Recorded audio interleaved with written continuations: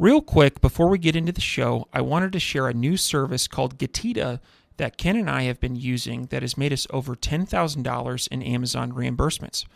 The service requires no monthly subscription, and Getita collects a small percentage of the money they recover for you. It takes less than 5 minutes to set up and works on all Amazon marketplaces. Go to Getita.com, Getida, and enter promo code FTM400. That's FTM for Firing the Man 400 to get your first $400 in reimbursements commission free. How much money does Amazon owe you? Welcome everyone to the Firing the Man podcast, a show for anyone who wants to be their own boss. If you sit in a cubicle every day and know you are capable of more, then join us. This show will help you build a business and grow your passive income streams in just a few short hours per day. And now your hosts, serial entrepreneurs David Schomer and Ken Wilson. Welcome, everyone, to the Firing the Man podcast. On today's episode, we are joined by Narek Vardanyan, the founder and CEO of prelaunch.com and TCF, a crowdfunding mechanism. At Prelaunch, Narek helps creators and businessmen understand whether their product will have success in the market or not before actually producing it. They have been doing this for more than 5 years and have helped over 1,000 creators validate their ideas at an 80% accuracy rate. Narek has recently been featured in popular media outlets such as EOFire, the $100 MBA Show, and Bloomberg. So we are incredibly grateful for him to take time to be a guest on the Firing the Man podcast. Welcome to the show. Thanks for having me. Absolutely. So to start off the show, can you please share with our listeners a little bit about your background and your path to becoming the founder and CEO of prelaunch.com? So I founded this company, TCF, which was a marketing agency. It first started from a book, then it grew to the agency, then we started to provide marketing consultancy services. And we understood that, the more we consult, they never, like people who were advising, they never take it into account the way that we would like to. So it started management company. So we started to manage the crowdfunding campaigns. It became pretty popular and actually it grew up to become a pretty viable ecosystem and one of the most popular agencies in the industry. And throughout the time, as we were becoming more popular, we were getting more products, more samples that we needed to work with. And as we were working on a percentage-based basis, we needed to work only with the best products. So they raised millions of dollars and we would get bigger commissions. And so I remember like in the beginning of this journey, I was entering into a room and there were like many products on the table and I was the biggest expert in the room and with the most experienced background. So I was picking up an item and throwing everything else to throw out the window and the whole team was starting to working on these products. And then it turns out that, the one that I picked was not the best one. And like in most of the cases, we were failing. And we're seeing that the ones that we didn't pay attention to were like some really good products out there. So we thought like, what's the best way to understand which products has bigger potential and which ones don't. And we tried a lot of stuff. We tried research departments. We tried to, surveys. We tried all the conventional methods and nothing really worked. So then we came to this reservation model and understood that, people need to have this skin in the game and provide this commitment that they really want to buy the product. And that's the best validation ever. So this is how it grew and then became a separate company. And then we launched prelaunch.com to help everybody else because we saw that, most of the entrepreneurs, even big and small companies are suffering from it. Okay, excellent. And so I want to jump right into it. And so, Narek, can you explain to the listeners, I guess at a high level, why product validation is so important? And why do a lot of entrepreneurs get it wrong, can't figure it out? Can you share with the audience? Yeah, so basically because, validation is so important and there is this founder bias. When you have this idea and you're so attached to that idea and you think that you are, the next Steve Jobs, what you're thinking about is genius. Sometimes it is, but most of the cases it's not. We even have this funny video where a guy is taking a shower and he had this idea that he thinks is genius. And right after the shower, he goes and starts, selling the house, everything else and putting that into the product, which fails eventually. way. And I've seen this a lot. Been working with entrepreneurs who have been like literally getting loans for their houses, for their cars, for everything they have, and putting it into the products, which was absolutely not validated and was just an idea that they are attached to, and they've been spending so much time and spending so much energy on it. And it's not only about money, and actually the money is kind of secondary in here, but you're like spending your life on something, and you need to be sure that you're spending your life on something important, on something that makes sense. And the founder bias doesn't allow many people to objectively assess the viability of the product in the markets. And it's really, really hard. It's the more expertise you get, it still doesn't help. Like I'm like speaking with many big enterprise companies. We have an advisor from Samsung, and I can tell you that even in enterprise companies, even in most of the famous companies that you guys know, problem is not solved. And if they can't forecast the future, they can't clearly assess the viability of products. The aspiring entrepreneurs and startups definitely can't. So this is why it's so important to go to your customers as soon as possible, the soonest that you can, and see whether they are ready to pay for it. And it is really important to not just go to your friends and to your mom and just ask what they think about it, but get real commitment. And this is why this pre-launching model helps a lot. So you clearly see that people are ready to even put some small amount, $1, $2, etc. But that shows their commitment, their real commitment. Then only then you can understand that you're into something, and then you can build with them, involving them into the production process, and then confidently move forward, I'd say. You've obviously worked with a ton of entrepreneurs, and I'm curious what your thoughts are on this. Why do people get stuck on an idea and kind of like put blinders on? What is it about mankind that has this flaw? I think psychologically it might be tied into just getting rejected. So nobody wants to be rejected, and some people are just not ready for it. And you want to be in the comfort zone. You want to stay in your comfort zone, and just where it's warm, where nobody's rejecting you, where you're working into something, and maybe you'll succeed. And you're reading all these successful stories about Mark Zuckerberg, about Elon Musk, etc., like all these successful entrepreneurs, and you think that it's that easy. It's just an idea, and hopes up in your head, and it might work, and you'll become a billionaire. And anybody who tells you the opposite is becoming kind of not your friend. Kind of you want to unfriend them because they're kind of telling you something opposite. So psychologically, I think it just related with not being rejected, just getting the right type of feedback. When you are okay with that, when you start to kind of confirm to yourself that this is for your good, and even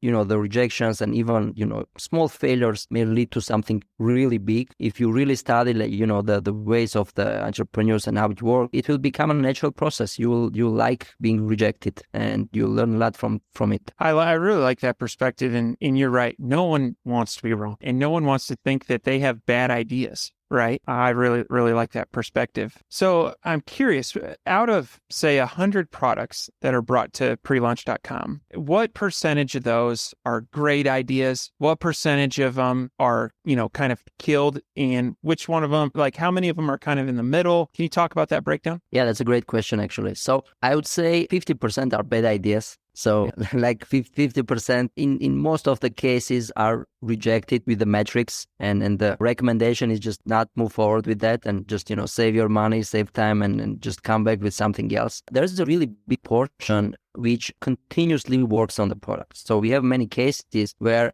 the product transforms and becomes something very different, something they might change the name, they might change the material. So it's becoming just another product, I would say. We have a couple of successful cases that founders, they didn't just give up, and with every iteration, and this is why pre-launch is great, by the way. So it's just not just binary one-time validation, and figuring out what metric and what factor is not working, what are your weaknesses, and if you're willing to spend time and money on improving, those weaknesses, it may take even years. So I would say out of this another 50%, maybe 45%, they are these continuous validation processes. where they continuously start working on the products, and eventually they might or they might not find something really good and that fits into the markets. And then 5% are great ideas, and then 1%, as it's probably everywhere, are like outstanding and excellent ideas. Very nice. I have one more question on this. I'm going to kick it over to Ken. The 50% that are bad ideas, what are some common themes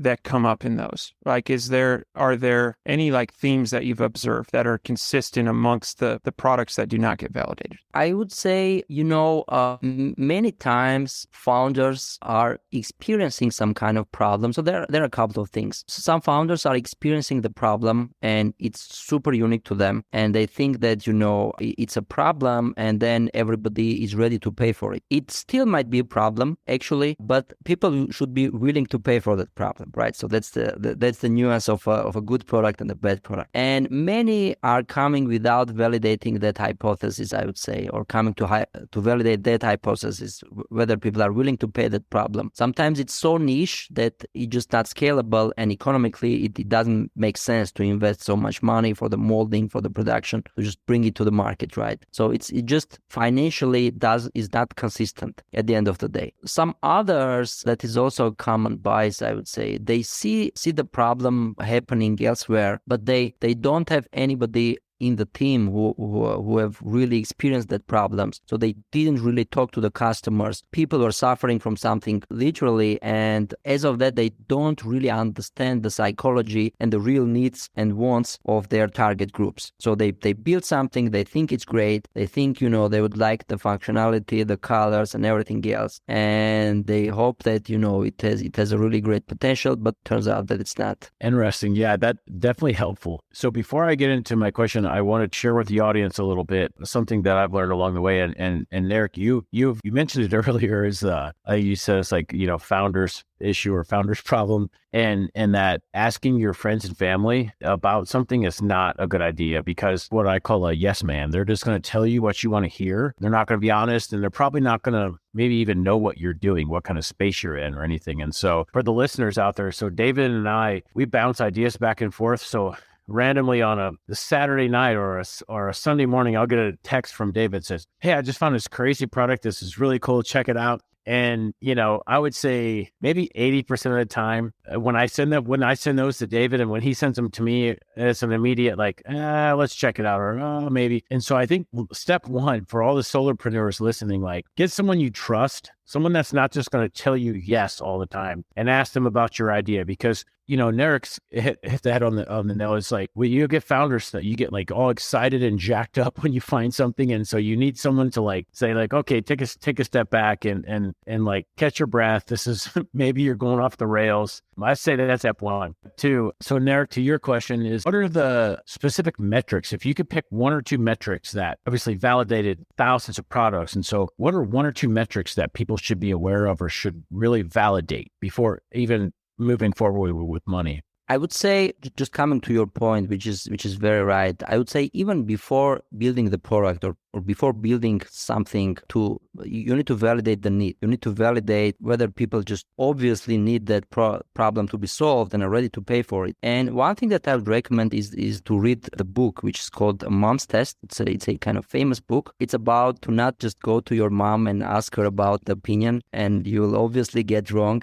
if she loves you. And in that book, the author says some specific type of questions that you should ask, where you will get some valid answers. And those kind of questions are to not ask something about the future, because people are very biased about the future and obviously they don't know about the future, but ask questions about their past, ask about the facts. Did you buy something similar, or did you search or something similar? Like, did you try to replace this problem? How did you try to solve this problem, etc.? So asking these kind of questions about their past and about their behavior will give you some really important insights to understand how important is this problem. Like, did people put some efforts to solve it, or they just, they can live with the problem till exist there, right? So like, first of all, when you validate the need of it, then you go and you start working on a solution. And then whenever you have this prototype, prototype, it's not even a prototype. We call it a pretotype. So it should be a bit even like one step ahead. Some people mix it and they just go to their customers sometimes when the whole production is ready. But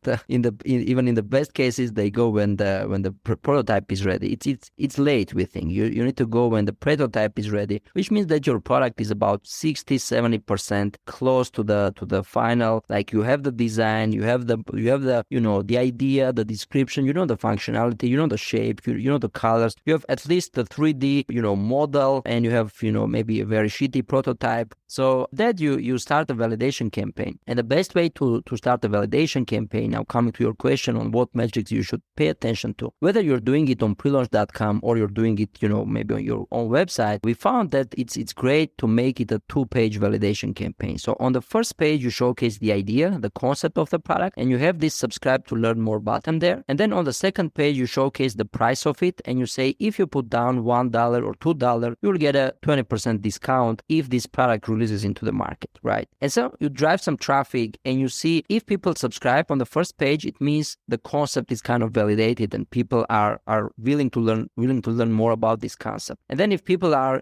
giving this $1 or $2, it means they're ready to pay for it and wait until you go and start the production. And then what Prelaunch does, it's kind of takes the data, analyzes it, compares it with the metrics, with the benchmarks, and gives you some very specific guidance on how well you're doing based on the past experience of similar type of products of the same price and category range, and gives you understanding on how well you're doing on your product performance and who your customers are and why they are buying your products. Okay. One follow-up question I have on this one, and this is something that I learned from a friend of mine on Prelaunch. I'm curious, do you run paid traffic to the site, or how do you get the traffic? And the reason I'm asking is a friend of mine used a similar site to launch a product, and they had shared it with all of their friends and family. Like, hey, I'm not going to mention the site, but I think we all know what it is. Hey, go there and support my projects, and I've got all this. And they raised all the money they needed, launched the product, and it didn't do well. And so curious on the traffic you get to the site, where's it coming? Yeah. Anonymous? That's a great question, actually. And many companies, and even big companies, are using crowdfunding to launch their products or using their website or other platforms to see the viability in the market. So there are a couple of problems with that. So in crowdfunding, for example, it's kind of developed for crowdfunding. So it's for fundraising, basically. And it's a one-time shot. You just either succeed there or you don't. So you can't just iteratively kind of test the idea and improve it along the way, right? And one bias that is with crowdfunding platforms, with the successful campaigns we see, is that mostly in crowdfunding, it's these early adopters or enthusiasts who are making these campaigns, who are ready to pay the full price, like a couple of $1,000s, and know that, there will be delays, there will be some, there's a risk even of not receiving the product. So you need to be really enthusiastic about this product, right? And then when after the successful campaign, you go to the market and you start to sell into the general public, you see that, the behavior differs from this platform behavior, right? So this is one bias that you need to understand, that a successful campaign in any platform doesn't mean success in the whole population or success in the bigger market. So there is this scalability issue. And what we do on Prelaunch, we drive traffic from different sources. Like we have the organic sources, we have paid sources, and we're analyzing the consistency and the weight of each traffic into the product. So we try to analyze and give and generalize it into the bigger population by trying to smartly understand how well this product will perform into the market, knowing that there are early adopters, there are early majority, there are some late laggards, people who are coming to the late, etc. And we have some indicators to identify some people. So say if you have 1,000 people who reserved your products, we'll be able to tell you that 900 out of these are enthusiasts, and it will mean you have a very niche products, right? You might have a successful business, but it's not scalable. And if it's vice versa, it might be a very scalable product, and you can pour as much money as you want, and you will see great metrics because we got feedback, we got understanding that people who are coming for the first time, they're just buying it without thinking about that. So there are these kind of nuances to be taken into account when you really want to understand like how well this product will perform. Okay, excellent. David, over to you. So as we mentioned, Ken and I sell on Amazon. And oftentimes when we're looking at whether we want to launch a product, we'll look at the number of reviews kind of as a measuring stick for competitiveness. Like, can we catch up? We also like to look at search volume. Curious what your thoughts are on that. Is there anything that we're missing out when we're vetting products? Some type of products, I think you can get a really great insights with just analyzing the market and Amazon. And those would be mostly conventional products or products that are easily replicable or easily you can make them, right? So you can, or maybe you can just add a couple of features, understand what they're missing and just go into the market. But it's mostly useful to understand the demand, to understand like what people are missing. And if you truly want to come with something innovative, then it will be really hard because like only analyzing the demand and only analyzing the problem, it doesn't answer to the question on whether people will like my version of as a solution, right? So there are a lot of categories in Amazon where you can do really great by just, understanding the weaknesses of your competitors and just trying to fulfill them. But we saw on Prelaunch, in most of the categories that are succeeding on Prelaunch are something that are really innovative. They don't have a precedence. And sometimes you can't even find direct competitors in the market. And you just want to understand how people will perceive this. You're creating new category, you're creating something totally new. And these kind of cases, then you need to understand how people will perceive it when they see it. Very nice. I share a really quick story with you on why I always look at search volume. So I, in my previous life, was a CPA and studied for the CPA exam. And I would always drink my morning cup of coffee and study. Like I'd look at my study guide. What I did, I launched a product that was a coffee cup that had a very curated list of all the equations that you needed to memorize for the test, which is a new product. Like there wasn't anything like that. However, when you look at search volume for CPA study guide mug, it is zero. There is no one looking for that. And then even CPA study guide, there wasn't a ton of search volume for that either. And so that was like a hard lesson learned. There was a ton of time that went into that product development. And I have about 200 of them sitting in my basement. Based on your experience, and I'm sure we have listeners right now that want to start a business. They are hung up on, I don't know what to sell. And so I'm curious, what would be your advice to that person? What are maybe some areas that they should look, or what are some common themes you've seen in successful brands or products? Yeah, I think to start with assessing the market trends is really important to understand whether it's a kind of increasing trend or decreasing trend. Because if you end up making something really successful in a decreasing market trend, eventually you will become a very small business, even if you are a monopoly or you're the number one guy in your industry, right? So if you're picking the right market, the market will amplify you, will pick you up. So starting something new is really, I would suggest to start from analyzing the trends. And there are many ways to analyze the trends. You can just look at the Google trends. There are many tools and many extensions which tells you what's happening in Reddit, what kind of subreddits are getting some more popular, what people search, what people ask for, etc. Then I would try to understand and assess what kind of problems are out there by assessing the reviews, understanding what people are complaining most of about, checking the search volume, as you said. Then after that, you need to have enough data to come with a solution, right? And if you're also talking to, and that's also mandatory to talk to some people who are suffering from these kind of problems that would pay for it, to not work in an isolation. Build a prototype and just expose it to those people and see what they think. Just don't invest too much time and money working in a product to make it perfect, and then try to give this perfect version and see what they kind of think about. We call this a co-creation. Actually, this is kind of a way and a mode and some feature set that we are developing on Prelaunch to get your real customers on board and start co-creating with them, right? So you're getting as many feedback, as much insights as possible from the right users. And it's very much different from the real surveys and when you go just create a Facebook group and just invite them. Because in this case where people have this commitment, where they have this skin in the game, they really want to have something really great as a final outcome of your product. So in this case, you can trust them, you can,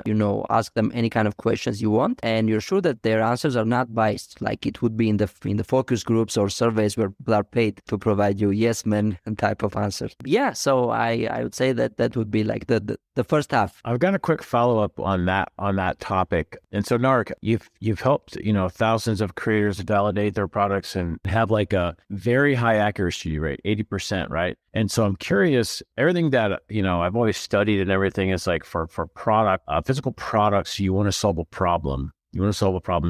And so as we think about this, in your experience of all the thousands of products that you've seen that have been successful, is there a trend in any specific direction on solving a problem now? Does it save someone time, or does it enhance their life? Like, have you seen a trend in any of those specific areas that really do well, like saving time, making their life better? Is there anything that you would kind of gravitate to as you see all the metrics of thousands of products? Yeah, there are some certain trends that come up after COVID, some seasonally. Saving time is always trendy. So even if you're able to save like very tiny portion of time on people's life, there's a high chance of you making something viral. After COVID, I would say last year we're analyzing in these past 2 years, some security related, privacy related areas are kind of trending. So people want more privacy, want more security, and everything that's related with that. The e-mobility is a great category that is driving again, the scooters, and then we continuously see all kind of like great scooters and great kind of commute. Yeah,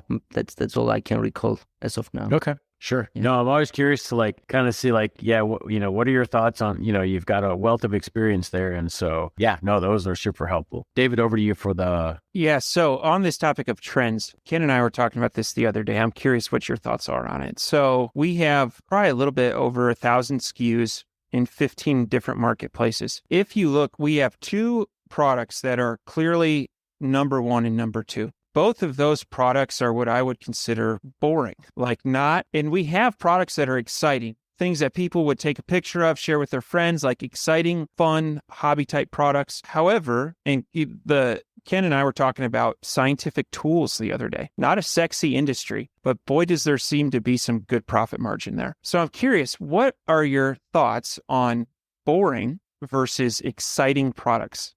Yeah, as you said, many boring products outperformed by thousands, the exciting ones. I have this presentation where I'm showing 4 or 5 of our previous products and telling the audience, can you guess which one? One of them did $1 million sales in the first month. And in 99% of the cases, nobody guesses which product is that one.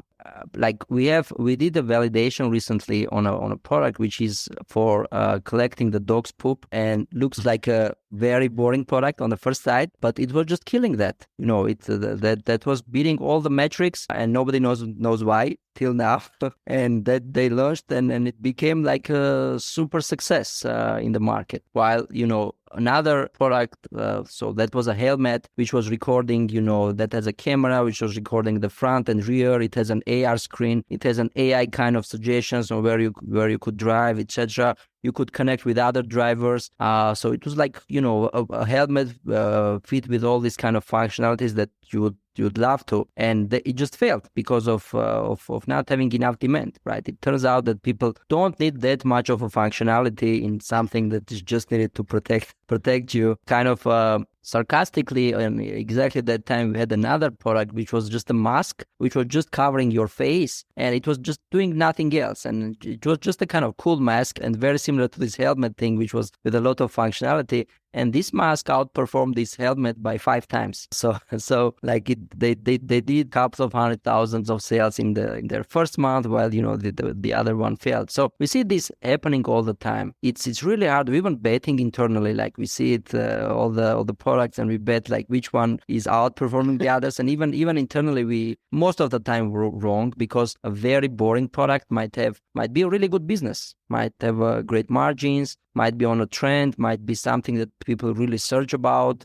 So it's not only about, creating the next shiny thing, but it's about solving a real need. I'm glad you shared those examples with the audience, because it's definitely true. And as you say, that helmet one, I think I would be distracted. There would be too much going on if I'm supposed to be driving or riding a bike or whatever. I would be doing too many things. And so that's interesting. While we were doing research for the show, David noticed on your LinkedIn profile, you had over 75 endorsements for growth hacking. Can you share with everyone why you've been noticed for growth hacking? When I started the agency and we needed to help the founders, the creators succeed in the crowdfunding. Basically, I was the marketing guy. I was doing a lot of growth hacking, like trying to understand the easy ways on how to get what you want. And the growth hacking, I would explain that, you need to just understand the rules of the game, how to break them legally, right? How to break them in a way that is, not making harm of people, but, you just found the shortest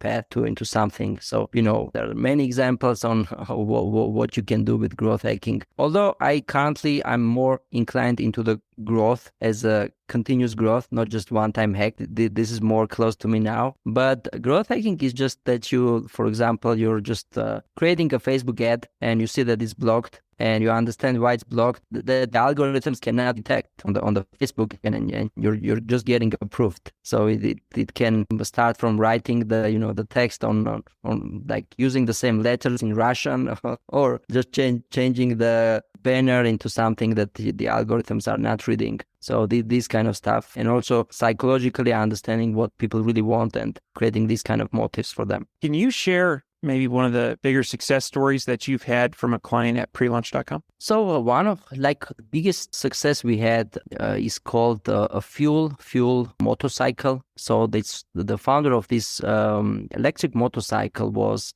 the former Harley Davidson senior engineer, and he's a very famous legendary guy, I would say, Eric Buell. So he's also the founder of this Buell motorcycle, and there are like hundreds of thousands of motorcycle of his name. So that was a super success. They launched last year the validation. Their main goal for the validation was to understand their customers better, to understand who their customers are, because this bike is full of patented innovations. There are like 27 innovations only on this motorcycle, and they needed to understand exactly, deeply, who the customers are and specifically what feature they value over the others, what kind of positioning works the best for them, how different regions of US, Canada, Europe react to this kind of messaging and positioning. So it was an amazing success. We got although the bike was $10,000 and the reservation fee was $200, we got over thousands of reservations on the platforms and all the major media wrote about that, Forbes, TechCrunch, and everybody else. So it was a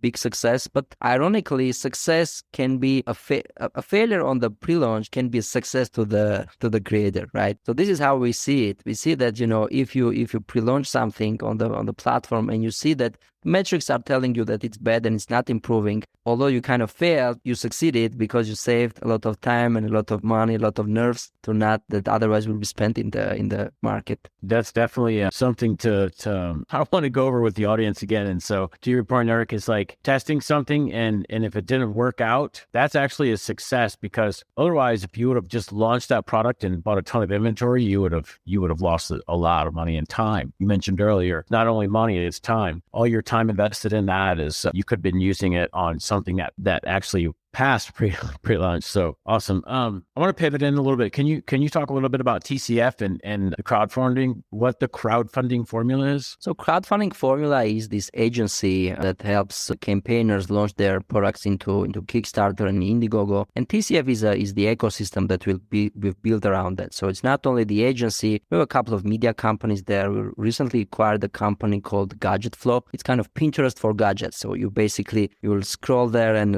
all kind of innovations there, and you'll find whatever you want. It's a great website. We have this Tech I Want, which is again a media. So we're basically trying to build this ecosystem where you have all the necessary tools and platforms and knowledge to go from idea to success, right? If you have an idea, you can validate it on pre-launch, then you can go launch it to crowdfunding, then you can scale it with the Gadget Flow, with Tech I Want, then you can take it to e-commerce, then we have something else for there, we have an influencer marketing platform called Viral Mango, etc., etc. So our goal is to help innovators, is to help creative people to succeed despite of their geographic location, despite of their financial well-being, despite of their knowledge, and to create an ecosystem where these impactful ideas will thrive. So this is what we're trying to do. Okay, awesome. No, that sounds amazing.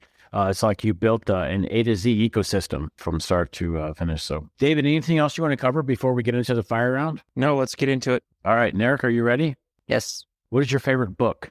I'd say Hard Things About Hard Things by Ben Horowitz. Okay, awesome. What are your hobbies? Hiking and watching YouTube videos on podcasts. Awesome.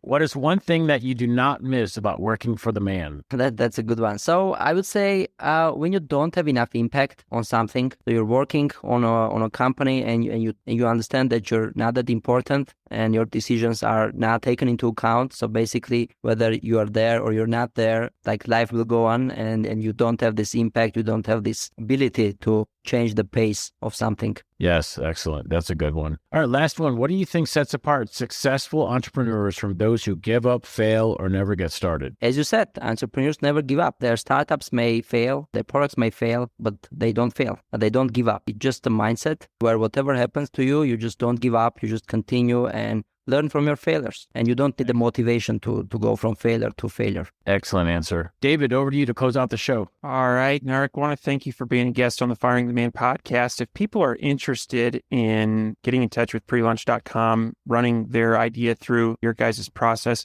what's the best way? They just register on Prelaunch. We have a free plan so they can just test the platform, see whether it works for them or not. So they just register there or just send us a message and we can help them with the onboarding. Very nice. Well, thank you so much for your time today and looking forward to staying in touch. Same here.